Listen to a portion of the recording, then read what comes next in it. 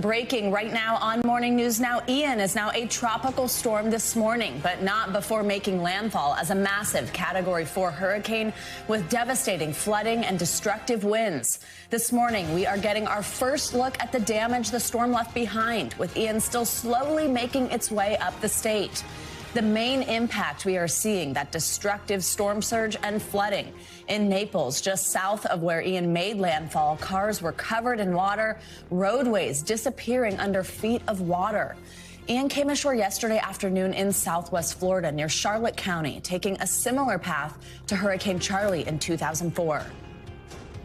All of a sudden, I felt something and then heard like a train coming right through the house. Gotta do what I gotta do with the reality that I have, which is get the hell out of that house. Now this morning, as people in South Florida wake up to the damage and flooding, Ian's wrath is far from over, with some 2 million people without power. Let's get right to NBC News correspondent Morgan Chesky in Tampa. That's just north of where Ian made landfall. Morgan, good morning to you. We know Tampa avoided that direct hit that we were fearing just a couple days ago. Still, a storm like Ian can cause a lot of destruction. What are you seeing right now? What are you hearing from officials there? Yeah, Joe, good morning. And the early reports are very encouraging for at least the larger Tampa metropolitan area.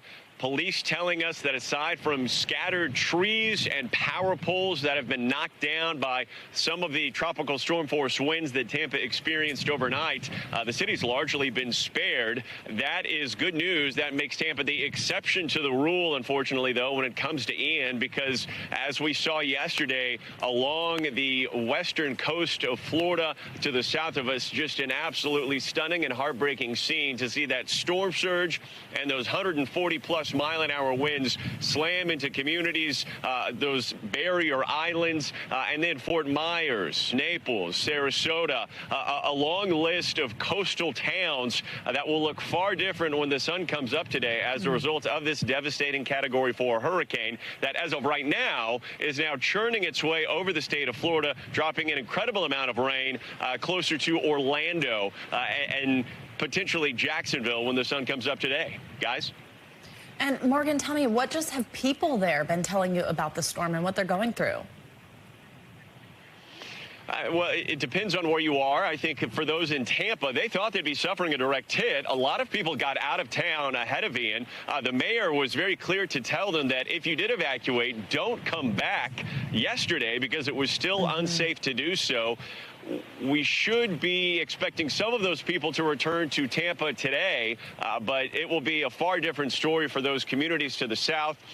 If there is any silver lining at all, it is those areas that had mandatory evacuations that took the brunt of Ian's power did have a lot of people comply. I know that on my way here to Tampa late on Monday, it was a steady stream going the opposite direction. So a lot of people did get out ahead of time, ahead of Ian's arrival. And fortunately, they'll be okay. We cannot say the same thing for their homes that they could be returning to, especially on that area to the south of us where Ian made landfall.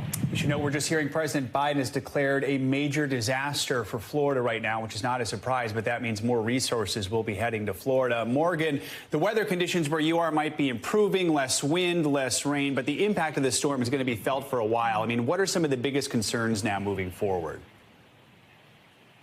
More than 2 million people, Joe, without power in Florida right now. That's a big concern. That number could potentially be going even higher as Ian continues to flood areas around Orlando and make its way to Jacksonville. We know the airport in Jacksonville has been shut down. One of the problems there that's very unique is that Ian could be dropping so much water in that area, and that combined with these still tropical storm force winds could actually push the river that runs through Jacksonville inland, and that could cause significant flooding there.